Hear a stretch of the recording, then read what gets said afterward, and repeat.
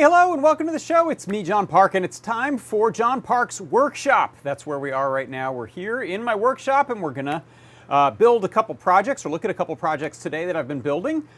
We have a CircuitPython Parsec, brand shiny new. I've got a little recap of a product pick of the week, as well as a couple other announcements. And I have some hot tea. Ah, delicious. It's slightly rainy here in Southern California today, so I felt like hot tea was the way to go. Thanks for stopping by over here in the Discord, as well as our YouTube chat. If you are wondering where the chat's happening, if you're on one of the other streaming platforms such as Twitch or Periscope, if that's still a thing, LinkedIn, some other places, Facebook, I'm not watching those chats, but I am watching this one here in the Discord, where apparently Lars has joined the Miyazaki universe. Wow, that's awesome, Andy. Very funny. I like that. Lars is just right back there, chilling out, staying dry. What else? We've got a Help Wanted sign up here, and that's because we have our Adafruit job board. So if you head on over to jobs.adafruit.com, you'll see this, and here you'll see some job position openings, as well as a place to go and post your resume if you're looking for work. So head on over there, look and see what's new, what's going on. A little quiet over there lately. So post a position if you're looking to hire someone. It's entirely free to use. It's entirely free to post a position. And it's all vetted through Lady Ada and Phil, PT, Mr. Lady Ada. So you know it's good. Also, let's see. We've got the product show that I do on Tuesdays. That's JP's product pick of the week. And I had a really cool one this week, which is this here Macropad starter kit. So that comes with the Macropad, the enclosure, the key plate, key switches, key caps, some hardware, a knob for the encoder, some little rubber feet. And that was half off during the show. So if you're not familiar with it, the way the JP's Product Pick of the Week show works is we actually broadcast from inside of the product page. So at the top of the show, I let you know where to go, what that URL is. And then we go over the sort of history of the product by stepping back into a video by L'Amour when the product was first released. And then I usually go and grab one and do some demos. And it's, generally speaking, a huge discount during the show. It's only good during the show. You can't dally if you want to get that one. It's not like a coupon code that goes until midnight. It's just during the show. You can usually get things for half off. So that was the case this week for the Macropad. And here's a little 1-minute recap I did. Macropad starter kit comes with the board, enclosure, keys, keycaps, and knob, as well as some extras like bumpers and screws to put it all together. I'll go ahead and plug this in with USB-C. When I'm clicking it right now, I'm just doing a brightening of all of the NeoPixels. You can see it's really fast and responsive. I've got some of these keys hooked up to my software's camera controls, or layer controls inside of the broadcast software. So this will switch things around as I press it, which is a really nice use for this, which is as a camera switcher. I have the code that's running on the board, and I also have a little separate file, which is my key map file. Here I say what color the key is. If you see here the example of key number 9 here, it sends Shift 8, which is the star. So you can layer up your macros with this. The Macropad RP2040 starter kit.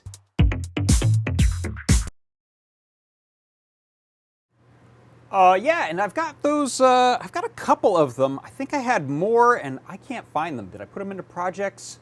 Who knows? But I had a few of them because I was doing all of the demos for AdaBox. But I do have this lovely one that I made a little case for, sitting right here. That was my Ableton Live controller. And they also make for really good button boxes for camera switching, like I was showing. Let's see. Next up, why don't we do, let me get a little setup going here. I'm going to focus my down shooter so that we can do a CircuitPython Parsec. if you're wondering why I'm always looking to the right, I have a tiny little monitor that shows me what's on my little down shooter, and that's nice to look at for getting focus, better than the device itself. All right, so let me grab a coding window, and off we go. So check it out.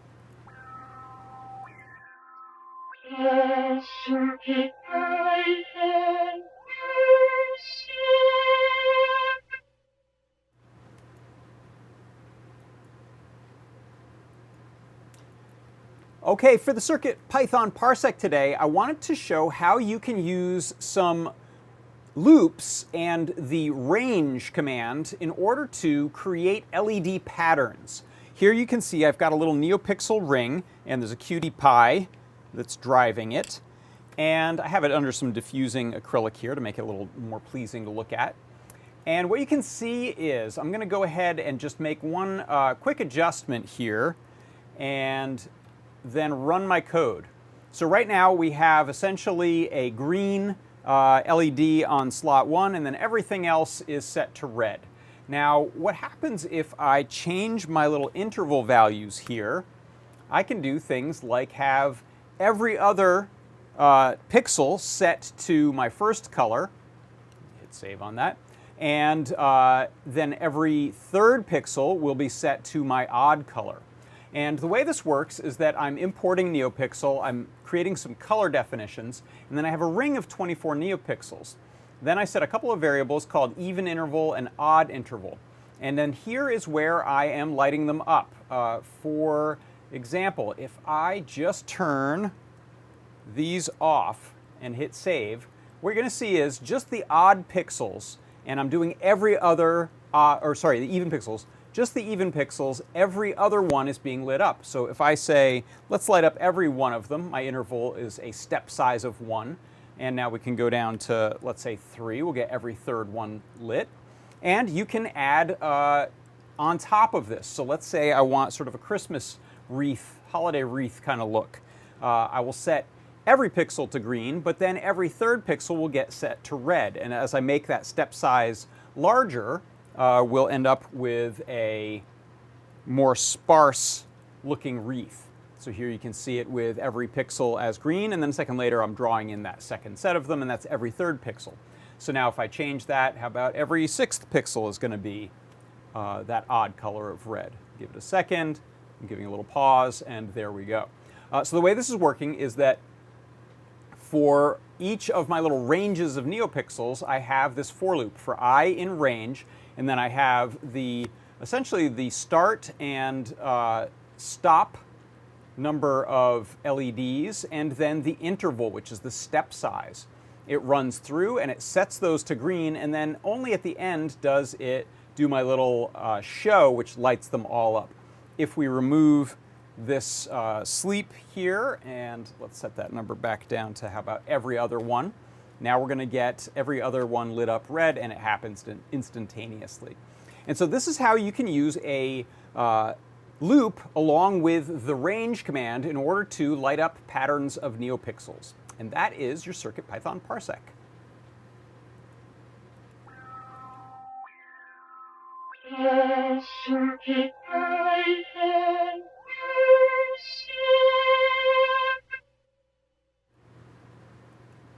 All right, so I'll probably extend this and do it with some animation at another time, but you can see that there's always plenty of ways that you can light things up using code, using CircuitPython.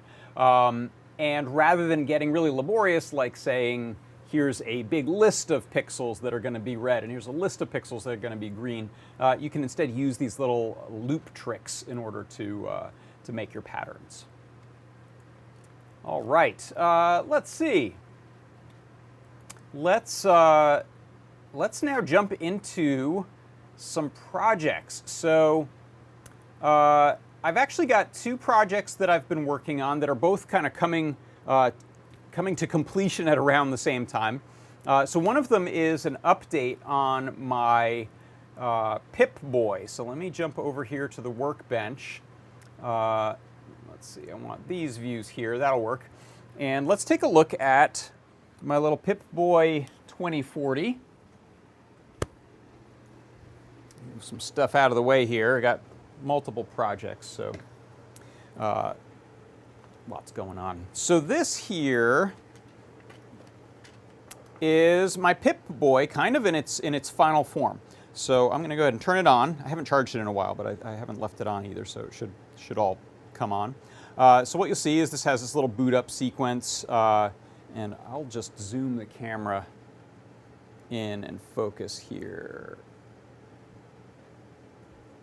Something like that. So the Pip-Boy is traditionally a Raspberry Pi based project that is based on the Fallout video games, little sort of personal assistant on your wrist.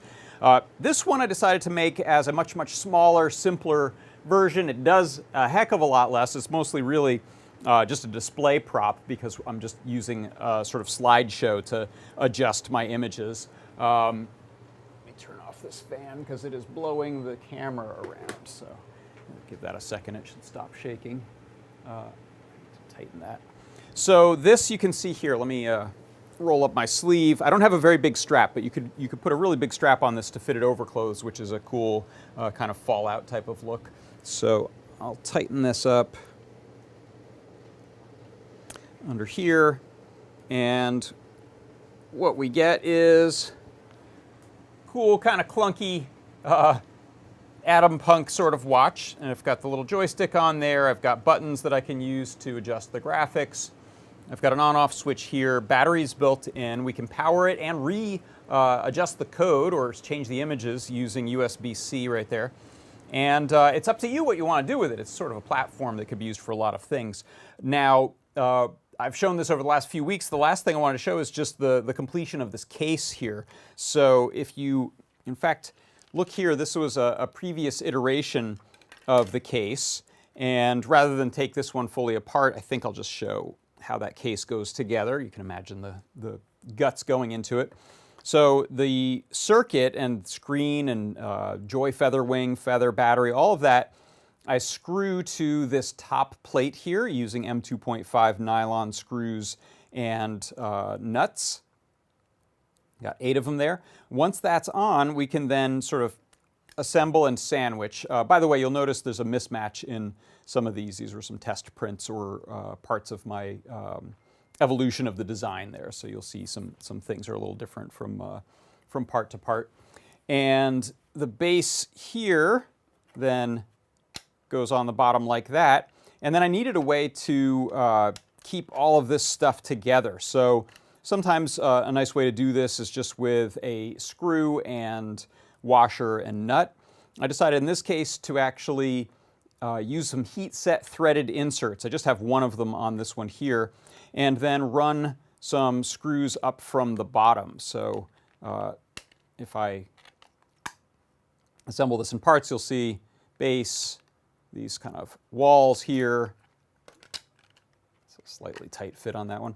And then at the top, I've got this threaded insert that we can screw into. I can't remember, I think this one might have some solder on it. Unfortunately, this was something I learned, is you have to be careful if you're using one of your regular soldering iron tips with the heat set screws, you can end up with solder inside the threading, which makes for a rough going. So let's see, let me grab a proper sized bit for that, and I'll drive that in. So this one's a little difficult to screw in because there's a little bit of solder stuck on the inside of the threads of that one.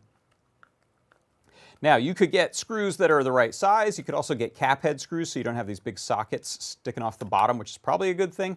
It's not terrible for wearing, but it would be nice with some lower profile screws than that. The excess on the top, though, I decided looked kind of cool, added to this sort of chunky aesthetic. But again, rather than use a nut up here on the top, I decided to use what I had on hand that happened to look cool, and that is just an extra one of these threaded inserts. Happens to be perfect size to just rest on top, and I get this contrast of sort of the brass and the zinc coated steel of the screw. So that's how that's assembled, and then I just have 4 of those running through there. I tried to make this one as low profile as I could so it doesn't bump into your wrist. So depending on how high up, I also moved the wristband slot over to the right a little bit to kind of get this away from impinging on wrist motion. So that's that. I'm gonna, at this point, just clean things up a little, upload the model files for this, and I've got the guide just about finished other than the assembly page. So I'll create a page of how you put that stuff together so that people can follow that, and you'll be off to the races. And by the way, one thing I'll point out is there's no custom circuit board in this one. I considered it, but was able to get everything mounted without too much difficulty onto a Featherwing tripler that's under there. So the screen plugs in, the Featherwing plugs into the Feather, which is already on the board there. So that's that. Also, by the way, I left this open right here so that I could have access to the on-off switch. I also liked the aesthetic of leaving it open. Almost looks like a repair happened at some point in the game universe.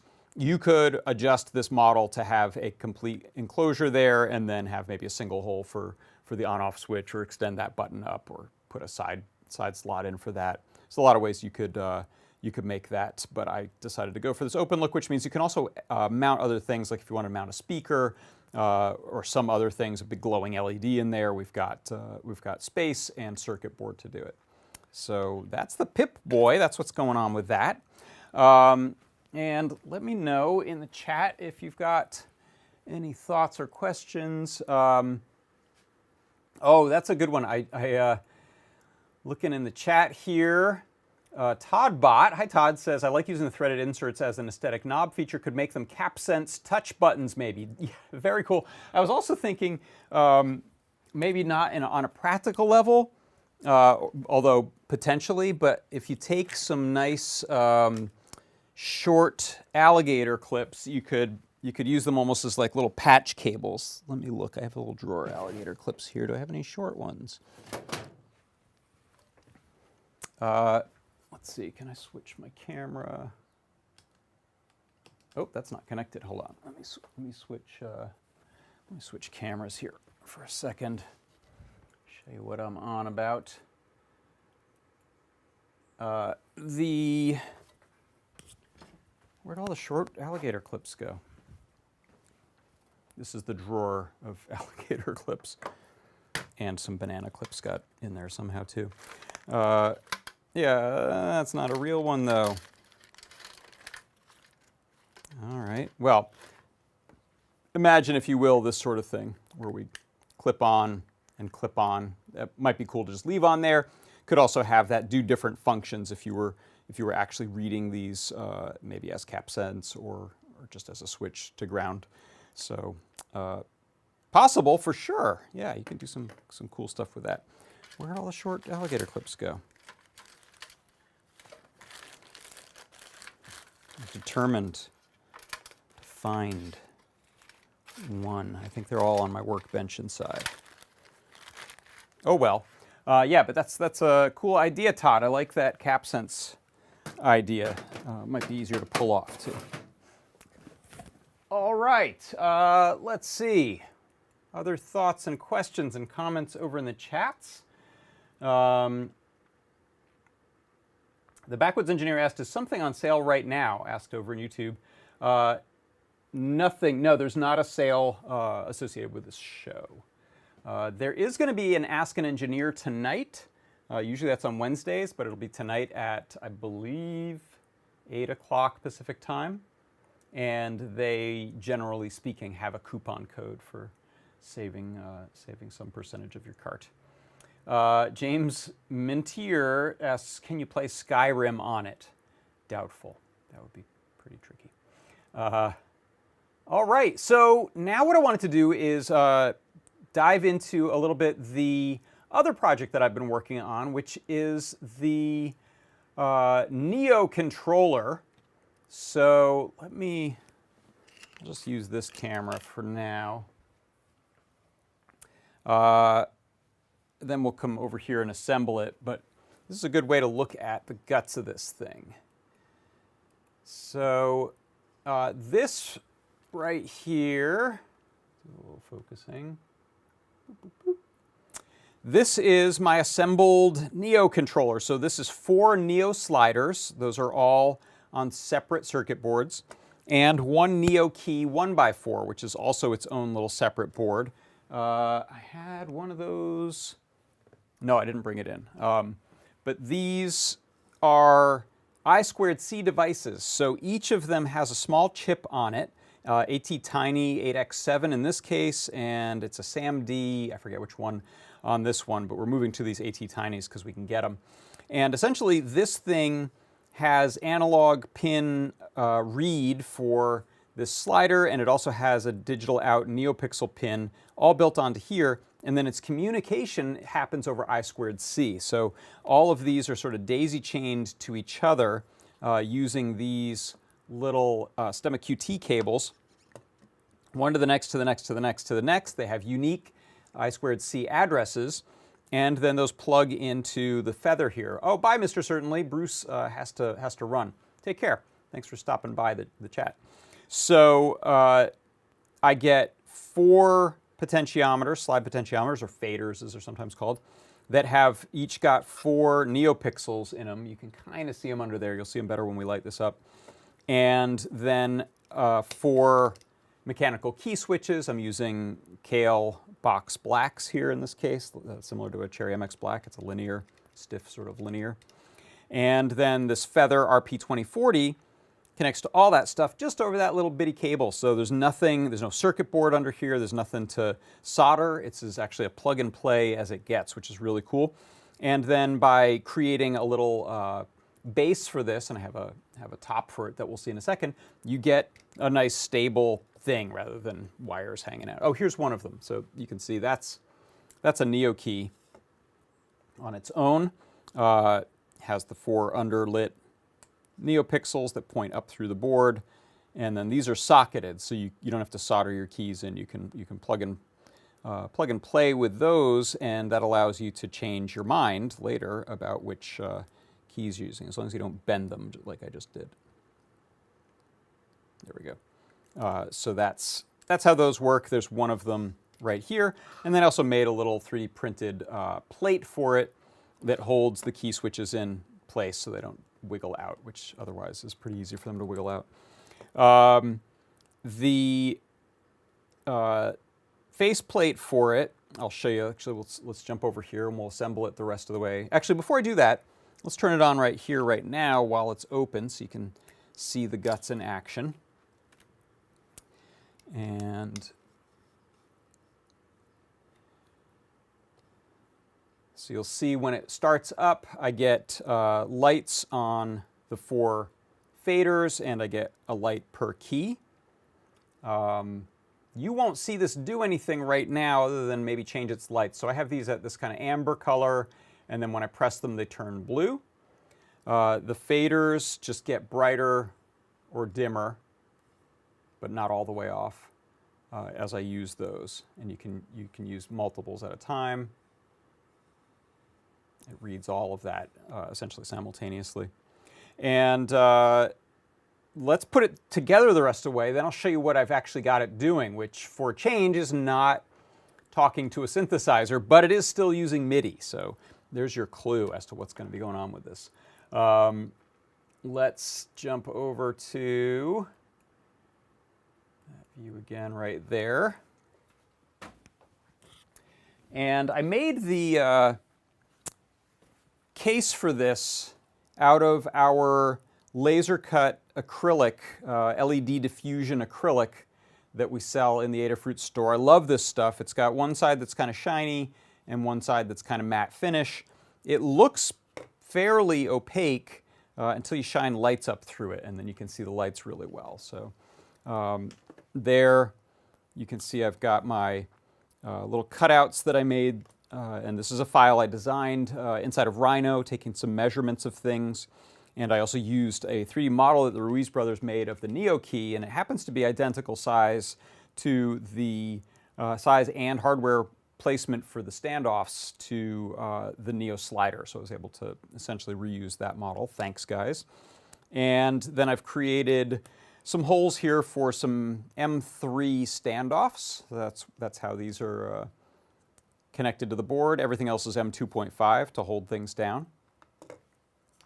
So I'll just place that on there, fits over those little slider stems. Let's screw the top on, and then we'll add our keycaps and fader caps.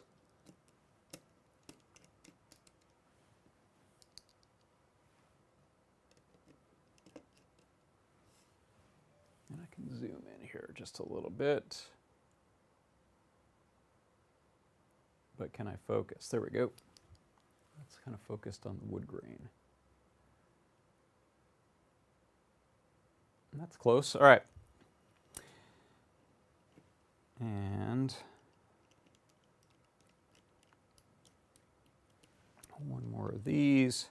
And these are little nylon kits. Someone mentioned last night on the chat during show and tell they didn't realize Adafruit sells these this hardware. I think it was Bruce actually, Mr. Certainly.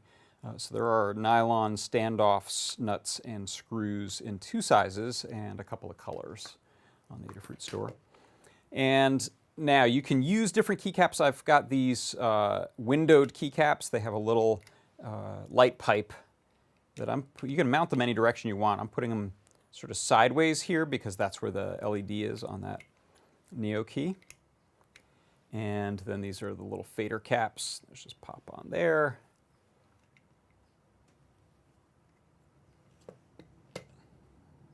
That one's good. There we go. It's not on perfectly straight, is it? And there we go. So we're in business. And now the question is, what can we use it for? So first of all, I'll mention that this is a fairly easy design to work with, either in a sort of vertical orientation or horizontal. It kind of depends on what you're doing. And excuse me, tea break. If you're using it for mixing types of things, audio mixing, then vertical faders make a lot of sense. That's pretty typical. I'm going to use it actually for color grading inside of Lightroom. So color grading photos or color correction, post-processing of your photos. Lightroom is a great app for essentially developing your digital photos before you publish them, put them somewhere, print them. So I usually take photos of my projects or other things and then go through Lightroom to do some cropping, adjustments, color correction, color grading. And so for this, I like the horizontal layout because that mimics the types of sliders that we have inside of Lightroom. And it's Lightroom Classic that I use. I don't think this project will work with the regular Lightroom.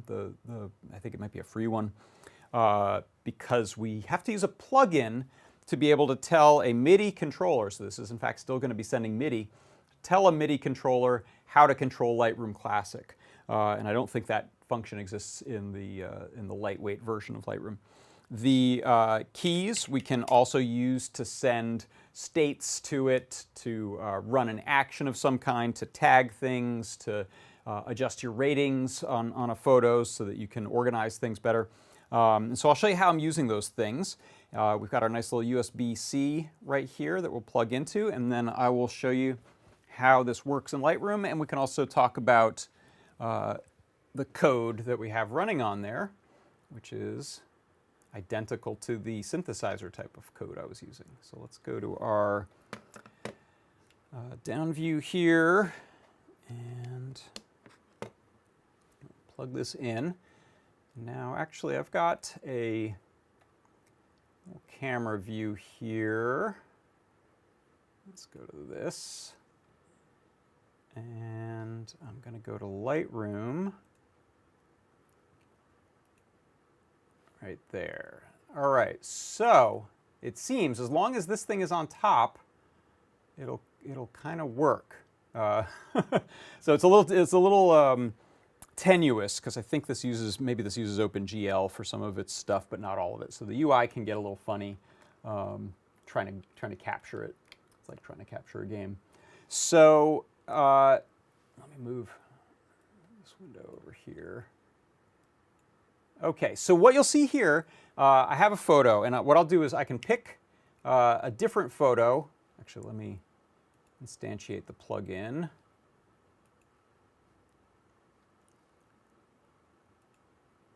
And there we go.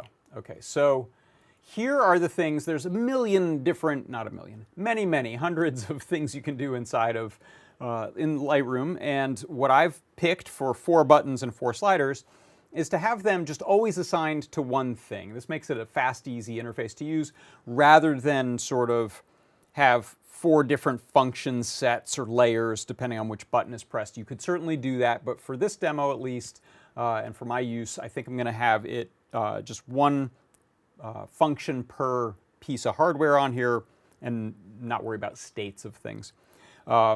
So I've got the leftmost button here selecting different photos. So this was a photo shoot I did a few years ago with my friend Joel of a light painting gizmo.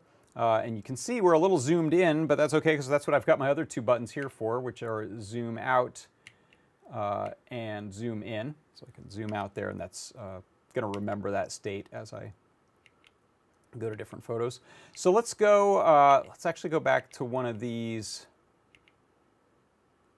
This is a pretty good one to use. So I'm going to zoom in here. And now the 4 controls that I have on here, I'm using for some really common corrections that you do when you're first editing a photo, and that is adjust the exposure within the limits of what digital info you've got there. You can adjust the exposure of it as if you had a higher or lower exposure while you're taking the photo. I'm going to adjust the saturation. I'm going to adjust the color temperature, which is either cooler or warmer, and the saturation. I think that's what I picked. So here you can see if I just grab this slider and start adjusting, I can really knock down the exposure, which is kind of cool for this one. You can just barely see that guy back there, but it's mostly focused on the light streaks in the front.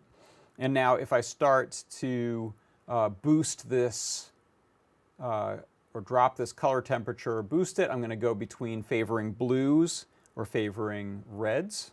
Let me bring the exposure back up and you can see that a little better. So here's the photo as it was taken with boosted exposure. Here I can make this a little bit warmer, a little bit cooler. And this is often subtle stuff. Unless something has gone wrong, your white balance should be pretty decent, but there we go. That's a little more natural white balance for me there.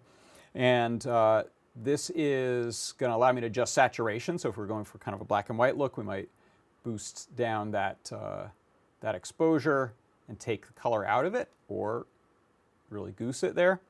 And then the contrast, if I bring my exposure back up, you can see pushing the contrast way up gives us really black, or we can flatten that exposure, or rather that contrast to sort of gray it out.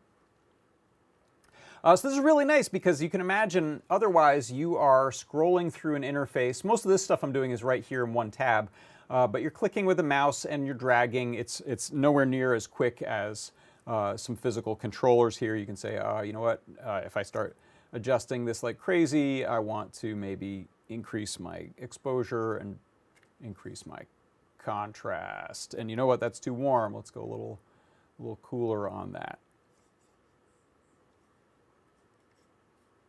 Oh, did I lose connection with it? What happened? I don't see it changing. Oh, there we go. It caught up with me. So the plugin I'm using here, you can see here, this is called MIDI to Lightroom, and it is a free and I believe open source project. We'll take a look at the page for it in a second. And as I touch controls on here, let's go to a previous photo, you can see when I hit this, it sends a MIDI note 40, which normally would be playing a note in a synthesizer, but instead that's being used by MIDI to Lightroom, which is a plugin which then tells Lightroom to run one of its functions. So here I'm going between photos. Here I can zoom in, way in or out, and then start adjusting things like the exposure. And you can see it's pretty quick, it's pretty responsive, and the plugin highlights whichever control you're using right now. Let's say we wanted to adjust something else. So this is a pretty simple interface for changing what your MIDI controls do. Let's say instead of going to the previous photo and the next photo, I want to jump into my crop tool, which I use a lot when I start out. So if I hit this one, I know, okay, that's MIDI note 40 right here. I click next to it on a drop-down menu, and that brings up pretty much everything you can do inside of Lightroom, all of the menu items, all the tools. So if I change over to, unfortunately, I don't think it has a search function, and I can't remember where the crop tool lives, but let's find it. It's not going to be there. Is it a transform? No. Is it right in Quick Develop or Develop? Probably. No. Anyone who knows, tell me. I had this earlier. Let's see. Oh, you know what I'll do? In fact, if I don't find this right away, or even if I do, I'll show you. You can save these as presets, and I have one saved that I had the crop tool in. Develop. Show crop. No. Tool. Basic. All right. So I give up on trying to find it in there. But if I go here and click on load, I have a previous little set, so you can save it's an XML file. And now I have crop, show crop for note 42. So if I'm here, let's go back to this photo. If I hit this second button, I go between the crop tool and not the crop tool, which is great. It's perfect. So now I can head into crop. This is going to do a constrained crop by default. Get in to a headless guy there, or whatever we want. And now it jumps back out. These I still have on zoom. So you can see it's sort of a non-destructive crop. It leaves the info there, so you can change your mind about what part of the photo you're looking at, and then jump back out. So that's, other than searching to find them.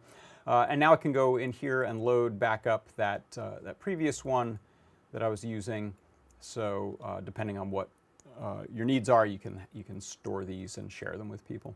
Also, just if you're not familiar with Lightroom, a nice thing about it is that it is sort of a history-based program, so it maintains a history of changes you've made to a photo. So if I double-click, I've gone back to, that's the original. That was when the one I started with in this session, at least. Now I can go and start making my changes again, and it builds up and saves that history. So it's essentially non-destructive editing. All right, so let's look at where this comes from. I'm going to jump over to a couple of new windows here. Do that like that, and let me move this one over. I just wanted to check the Discord chat too while we're at it, see if there's any thoughts or questions.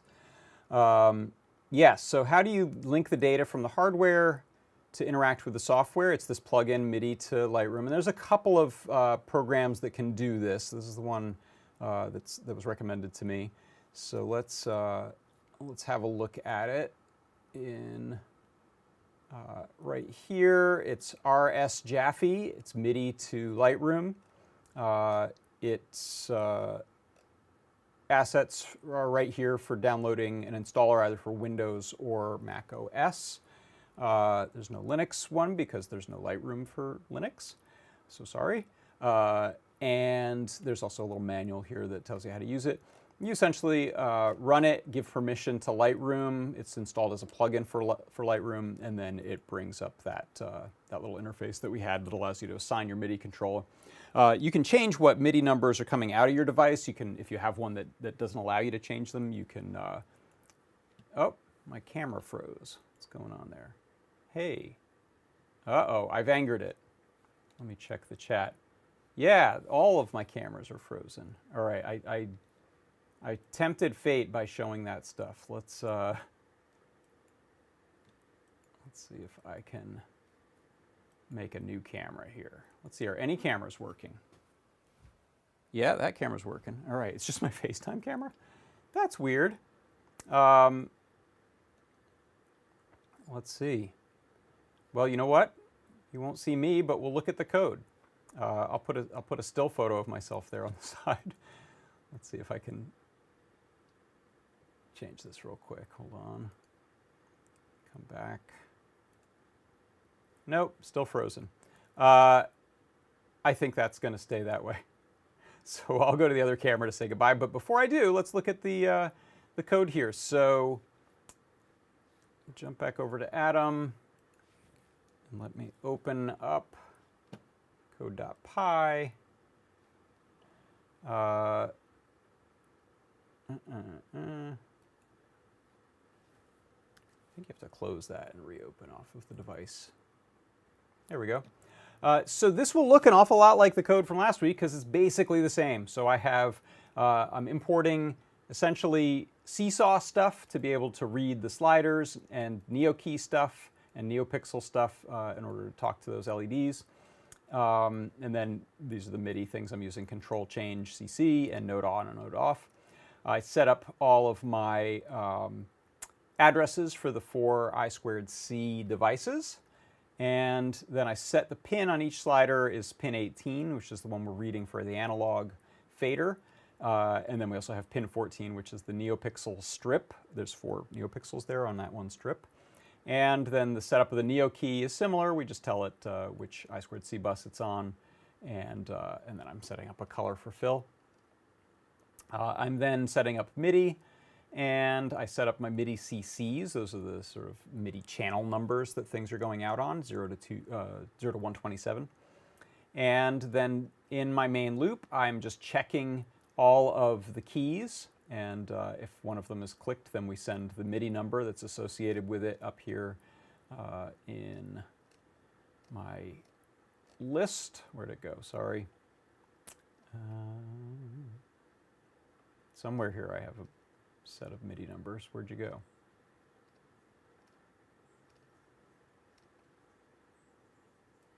That's mysterious. Oh, there they are. So yeah, the keys are sending MIDI 40, 42, 43, 46. And then when I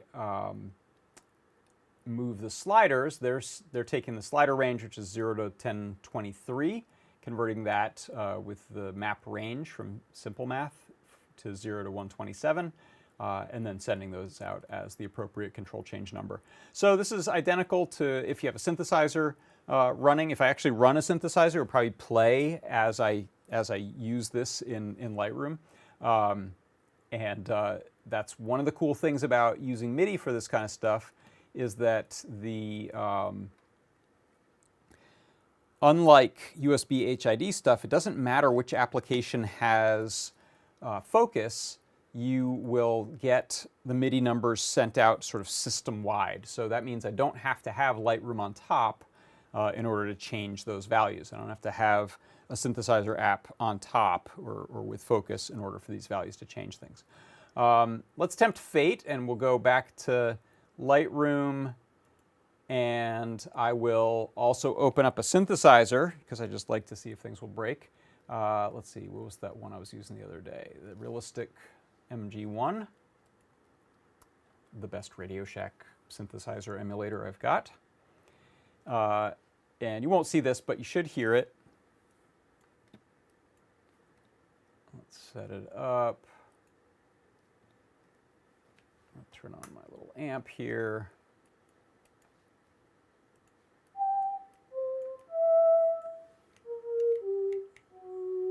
And so you can see now as I, oh, you did see some of the synth there. Okay, good. Let's make that small. All right, so you'll see we're now running Lightroom with music at the same time. So.